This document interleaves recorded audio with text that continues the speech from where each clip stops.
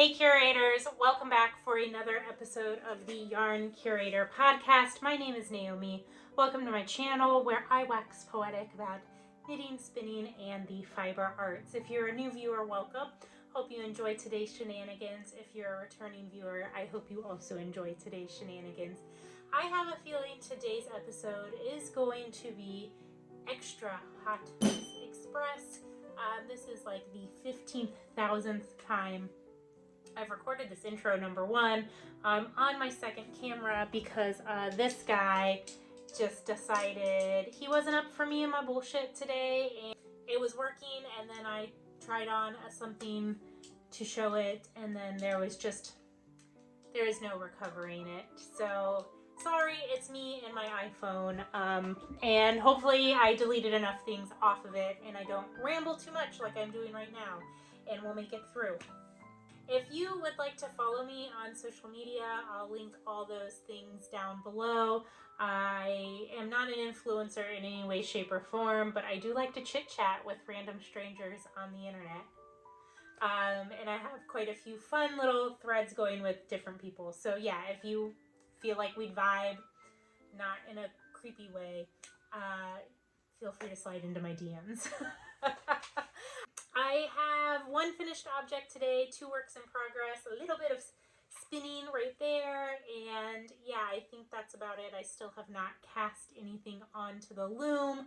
That is something I want to do and might do after I record, even though I've already said I'm going to take finished object photos after I record, as well as a litany of other things, but it's my life. I'm going to live it how I want to. So with that being said, with limited storage on my phone and a limited time before my husband comes home for his lunch break, here's my first finished object. This is a sample that I am knitting for Steph of Loop Fiber Studio. So obviously it is knit out of her yarn. This is the label. It's her Yin Yang base. It's a fingering weight yarn, 100% merino. There's 400 yards in a 100-gram skein. I am knitting it out of the Everything in Its Place and A Place for Everything colorways. I can't remember which is which. Sorry. So yeah, here it is. This is the Weekender Light. This is a pattern by Andrea Mowry. As you can see, this base is a beautiful marled yarn. So it's this beautiful maroon with a stripe of like a bright aqua blue, and then the contrast is the reverse of that. It's that blue color with a stripe of the maroon marled through it. Steph did ask to do the contrast for the ribbing as well as the cuffs. Due to a miscommunication before I started, she had also wanted down here at the bottom in that contrast color, but I had already knit that in like 7 inches of the body at that point, so we said we'd revisit it. I actually love it just with the contrast on the cuffs and at the top. I think it's nice and balanced and cohesive. I feel like if it would have had the contrast at the bottom, it would almost be reminiscent of like Rothko. I thought the artist who does the big bold blocks of color, like I feel like it would feel very almost rigid in a way. So I quite like it as it is, and I like not re-knitting things. So this just needs to be blocked and dried, and then I will mail it off to her. And yeah, it'll be a sample if you're going to Rhinebeck or Saf. I think she'll be vending at both of those. Squish my sample. It's like getting to hug me, but not really. You get to hug a sweater made by me. God, I am stupid. I am stupid. I am stupid.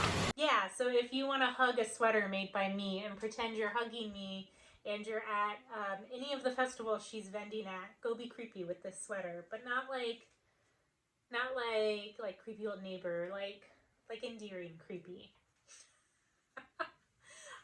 So for the basic construction of this sweater, if you're not familiar with it already, it's a split hem. So you start out knitting the ribbing individually, and then you join those in the round. You knit the body till it's time to divide your sleeves. Then you knit the front and the back.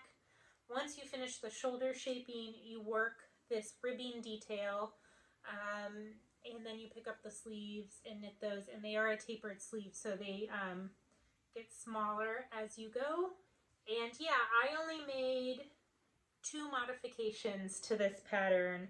Both were unintentional. Otherwise, I knit it 2 patterns since it was going to be a sample. So the first one is after I finished knitting the back of the sweater, you know, I finished the ribbing and I was like, okay, I've knit bottom-up sweaters before. I know it's going to happen. So I cut my yarn, not realizing there was another set of directions after that point.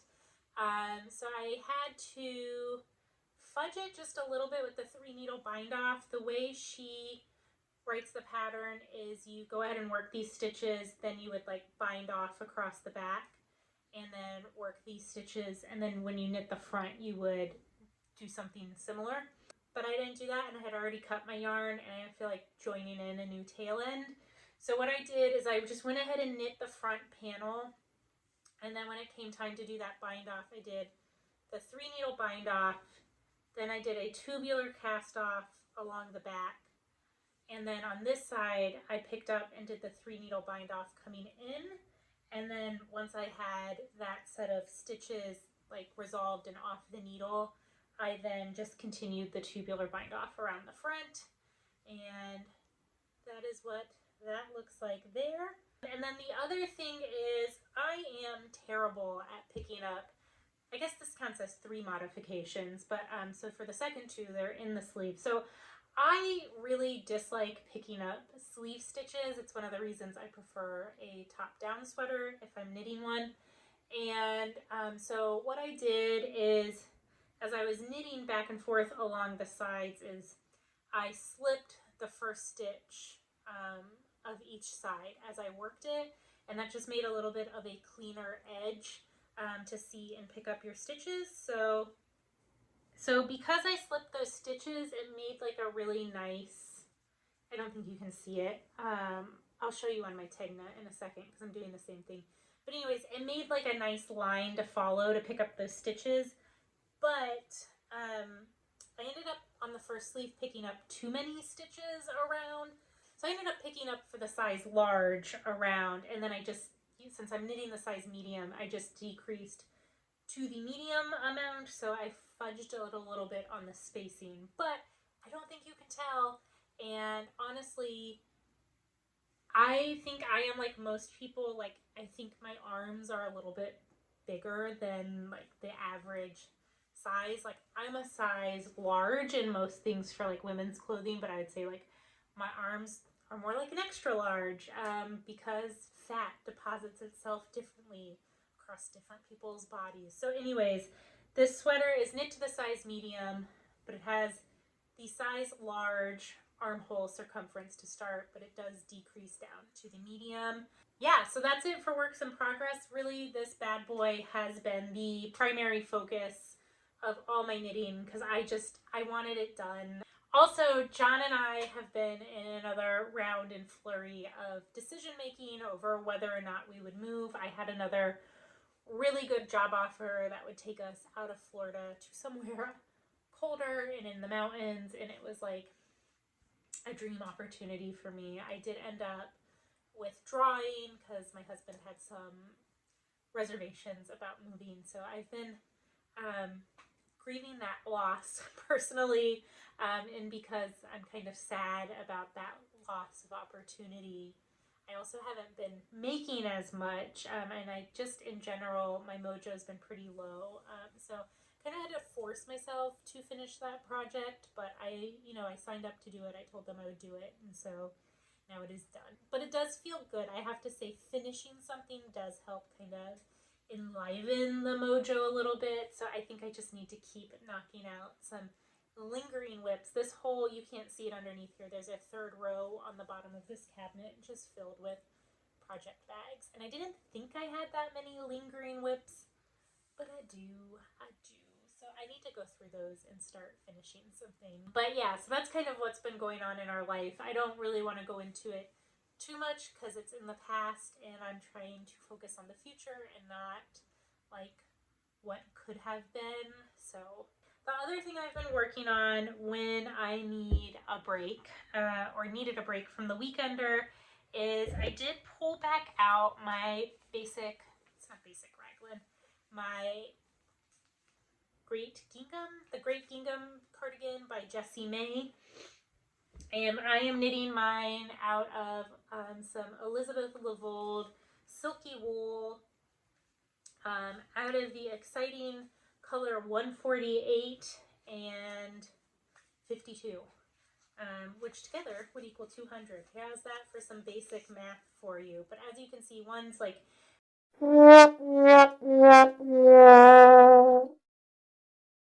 okay, friends, let's try this again. The technology challenges continue. Hopefully the camera framing looks somewhat the same. Who the fuck knows at this point? As I was saying before I was rudely cut off by my memory card, is one of the nice things about this yarn is that it does have a really high silk count. I believe it's around 35%. And so because of that, you get these lovely little nubs of the silk noil. And what that means is it gives almost like a tweedy effect to the yarn. The last time I had shown this, we had two sleeves, and 3 the ribbing, but now we've got more than ribbing. So 3, we got some body. Somebody to love. Since the last time this made an appearance, I picked this up, and when I was kind of tired of working on the weekender, and I wanted something a little more frisky. Yeah, baby! So, as you can see, I have completed 1, 2, 3. I have completed 3 full repeats, just starting the 4th repeat of this pattern. And I believe you work, like if you're going to do more of a cropped length, which I will be doing, you may convert to the crop. I hope you guys can hear that. It's getting ready to storm. One of the nice things about living in Florida, and there's not many, is the constant thunderstorms year-round are a beautiful thing. And it's both sunny and raining right now, but I think the storm is about to really, really blow through. So anyways, this is a more cropped sweater, and for the size I am knitting, which I believe is the 4th size, you do 5 of these repeats, so that would be about that much more. And so that would be like right here, and that's about my true waist. I might add 1 additional repeat. I'll figure it out as I go. As I'm knitting, I'll kind of hold it up and see what we're working with. And then I will probably set this down because I am a little bit intimidated by what comes next. And that is something I've never done before. And so I kind of need to woosah, build up to that. After that, you then join the sleeves to work those in the round, as well as the raglan. I guess in this case it would be decreases up towards the collar. And I have done bottom up sweaters before, but you always divide and then pick up your sleeves. And this one, you attach them as you go. So like this will all be getting worked at the same time. And I'm not gonna lie, I am a little intimidated by that. So that joining process, when the time comes, will have to be done on a Monday when I have the house to myself and no one is talking to me, and I can kind of figure out what's going on and what the secret sauce is to working a bottom up raglan in the round, decreasing and all that good stuff at the same time. But yeah, overall, I'm so happy with this. I can't wait to wear this frickin' sweater during our 4 days of winter here. I mean, just look at how cute is that? So yeah, I'm loving it. The only thing I'm a little worried about is I have 1 less ball of this contrast color than the main color, which is the darker green. And I should have enough because I have this much left of this, and then I have a whole nother 50-gram skein. And I think this should last me at least through the 5 repeats. And then, I mean, in theory, this is decreasing, so I'll be using less yarn as I work the raglan increases. But I don't know. This is a pretty staple. Generic's not the right word. Mass produced. I don't know what the right word is. Like, this yarn is out there and available. It's like not as ubiquitous as something like Barocco, where it's like kind of a staple in every yarn shop, but it's not like super niche at the same time. So I know I can find it online. I've seen it on like webs and stuff like that. I just need to keep one label so I can get that really memorable number code off of it. In fact, now I have video proof of what it is. So good job. Anyways, yeah, so I have 150-gram skein. I'm sure I can get another one. It's just not from the same dye lot and all that good stuff. So that's that work in progress. Away real quick. Clean up after myself like a real adult. Wow. So my next whip is in a project bag entirely too large for it. This is my Tania, which is a pattern by Caitlin Hunter. I've kind of talked in depth 2 episodes back, so that'd be episode 44, about this project. So this is my second Tania. I believe the last time I showed it off, I had split the back and knit the entire back, and I haven't done too much since then, but I did pick up and start the front. So we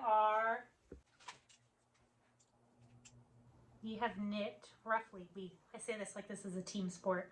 I have knit roughly 3.5 inches since that seems right. It's a whole 3 inches. But I just picked this up last night after I finished my weekender, and I was like, all right, Naomi, stop dilly-dallying on this. And the reason I was kicking the can down the road is because I had this little nub left from my first skein, and I asked people last time what they would do. Would you risk it and play the yarn chicken, or would you break into the second skein, which I don't even know where it is right now. It was in here. It is. It's right here.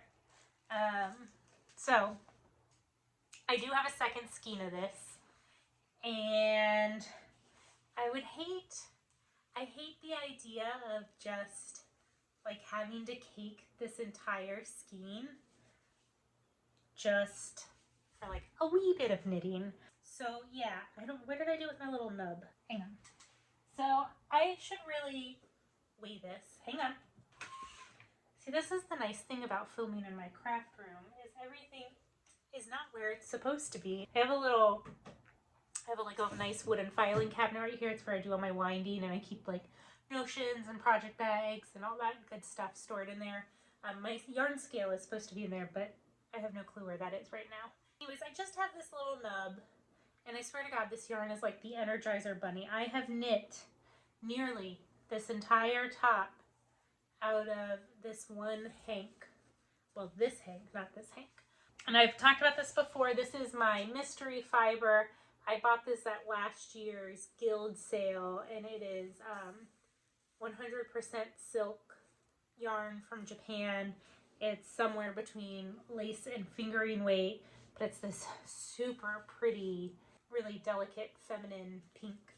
And before it gets wet, it's really crunchy, but I have blocked down here, and it's so like soft and drapey and luxurious and just yum. I mean, I'll definitely need this if I knit sleeves. Did I talk about it on this video? Or did I talk about it on one of the other ones I recorded? So this pattern and the Weekender, you know, they're knit bottom up and you divide. And one of the things I just do on my own is I slip the first stitch of the row. And so I don't know if you can see there, but it makes like a much nicer, cleaner edge to see, so that when I go in to pick these up along the sleeves, like those stitches are really a lot easier to see when I go to pick it up. So you can kind of see there, it's almost like a crochet chain.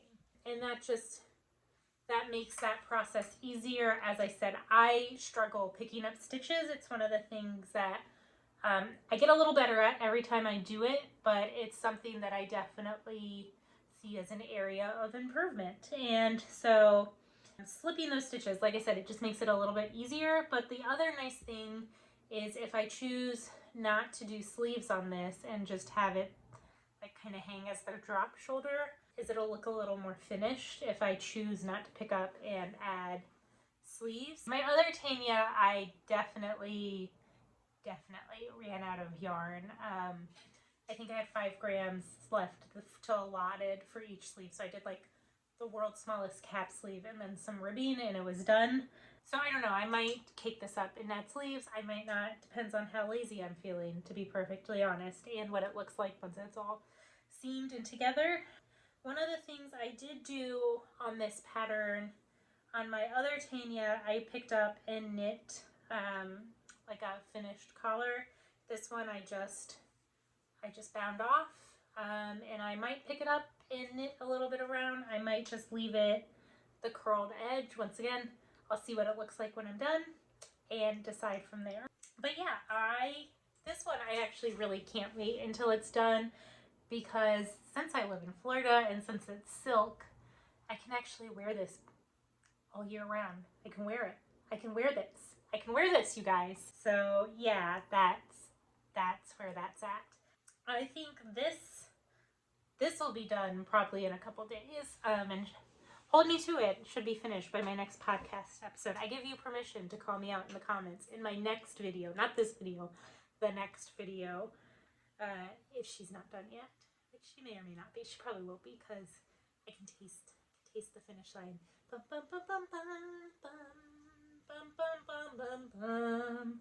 So that does it for the knitting stuff. So in other news, I have mentioned that I have been spinning this gray Rambouillet fiber that my mom got on. My parents they both retired right before the year. You guys know what year I'm talking about. And they have been RVing off and on, like full time. So they'll go for like 3 or 4 months at a time on the road. So last year, when they were in, I think it was Wyoming, they bought, Zoe and I both, 2 pounds of fiber, Rambouillet, and then, no, Cormo, and pound of Cormo. And that's white. And so I have slowly been spinning my way through the Rambouillet, and it is like one of my favorite sheep breeds of all time.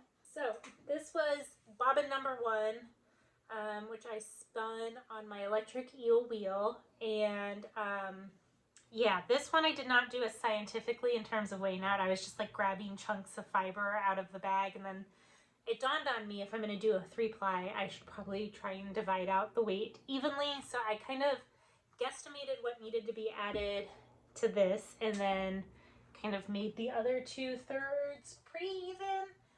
So I think I have finished spinning the second bobbin. The top looks really messy, like towards the front here, because you guys, I'm just like over it. But if you actually look in the bobbin, like that's a nice thin, pretty single throughout most of it. It's only towards like this outer portion of the circle that it looks pretty rough.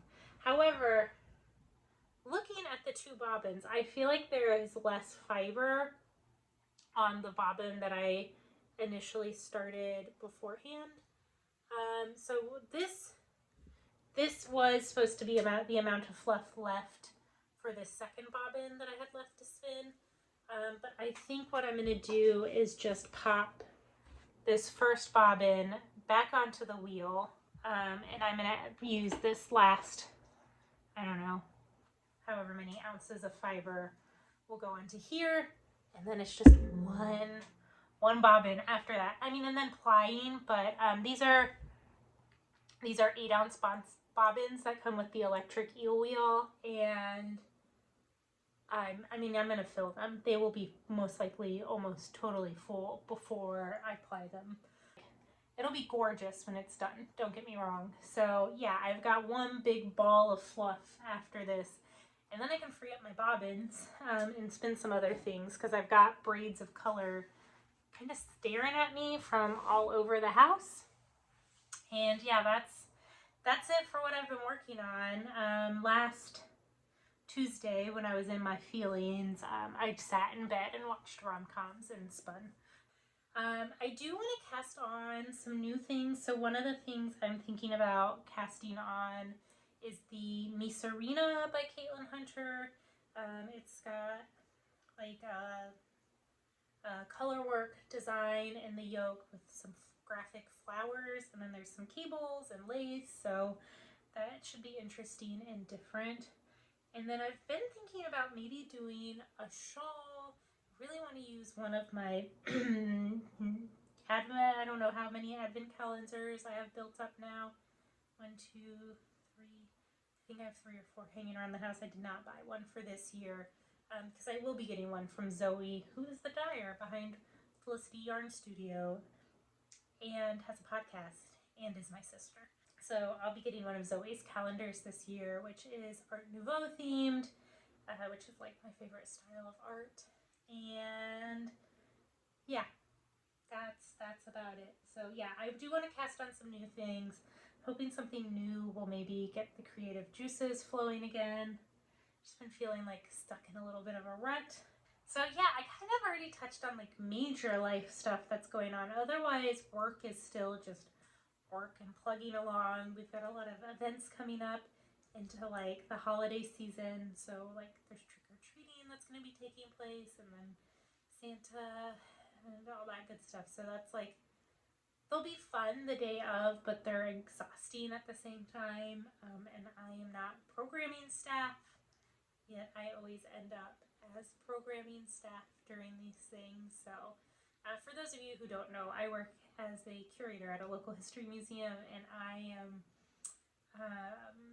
in charge of collections. So like the 3D object collection is what I manage, and then I also run the like interpretation and exhibits for the site. So like I am the lead for all of those things, and each of those things could be their own individual job. But anyways, we're a small staff of 5. And so we all end up kind of overlapping in other people's worlds. And since I work Saturdays, I often end up overlapping as programming staff. And yeah, so it's all good. It's exhausting. I'm a pretty social person, but I'm like an introvert, I think, at the end of the day. And I just come home just exhausted. My social bank, by time January rolls around, it's completely empty. Other than that, tomorrow, is it tomorrow? I'm going to meet with Nicole, who has the Common Thread, I think, Fiber podcast. I don't want to mess it up. I know it's called Common Thread. It might be Common Thread Knitting. I don't know. Sorry, Nicole. Sorry. It turns out Nicole and I are pretty much neighbors. We live in the same area. She lives probably like 10 or 15 miles south of me, and so we're gonna meet at our one remaining local yarn shop tomorrow. We're gonna meet there for knit night. So hey girl, hey, hopefully our meeting goes well. So yeah, that should be fun, and I'm excited to make a friend because moving here, I've moved around the country a few times now, and so every time you have to start over making friends, and so it'll be nice to meet someone new. All my other friends are my former interns at work who have gone on to get careers, and then it's okay for me to be friends with them. But yeah, like my other 2 friends are, one was my intern and she now works for the Humanities Council, and then the other one now works as my contract registrar.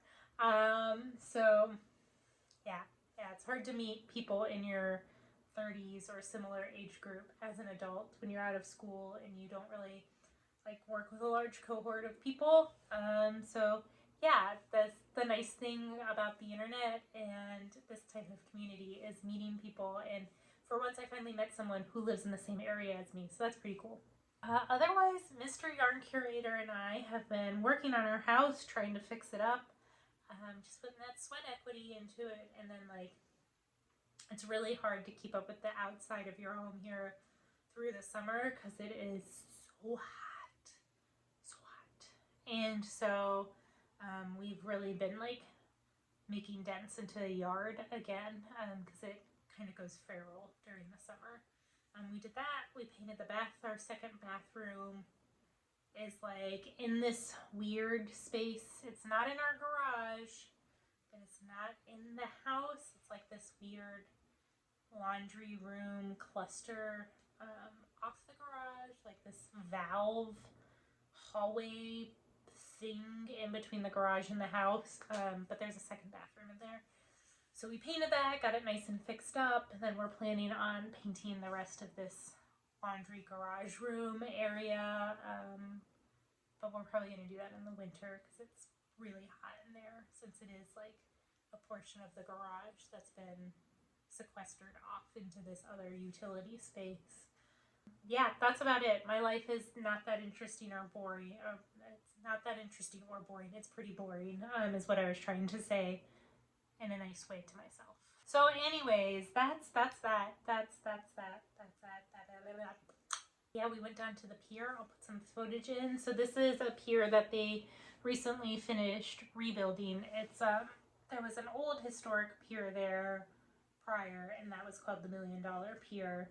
And the historic one cost $1 million back in like the 19-teens to build, I think. And then there was a new iteration of it in the 70s, and then it became really derelict. And so now they've built the third iteration of this pier in St. Pete, and it got delayed opening due to the pandemic. And either this year or last year, I don't remember, it finally reopened. So John and I went and walked it the other day, and it was really pretty, but it was really hot.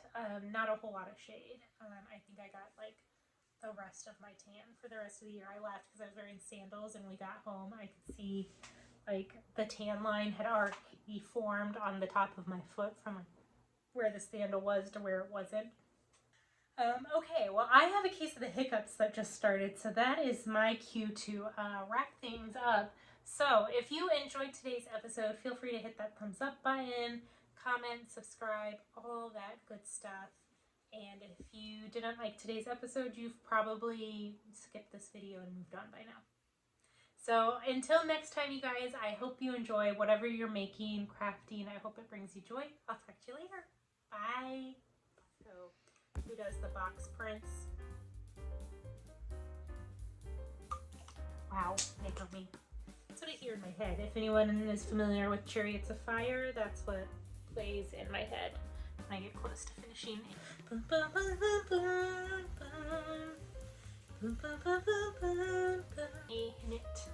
So my next whip is in a project bag entirely too large for it. This is lived closer, I would probably, excuse me. Sorry, I just dropped something out of my project bag.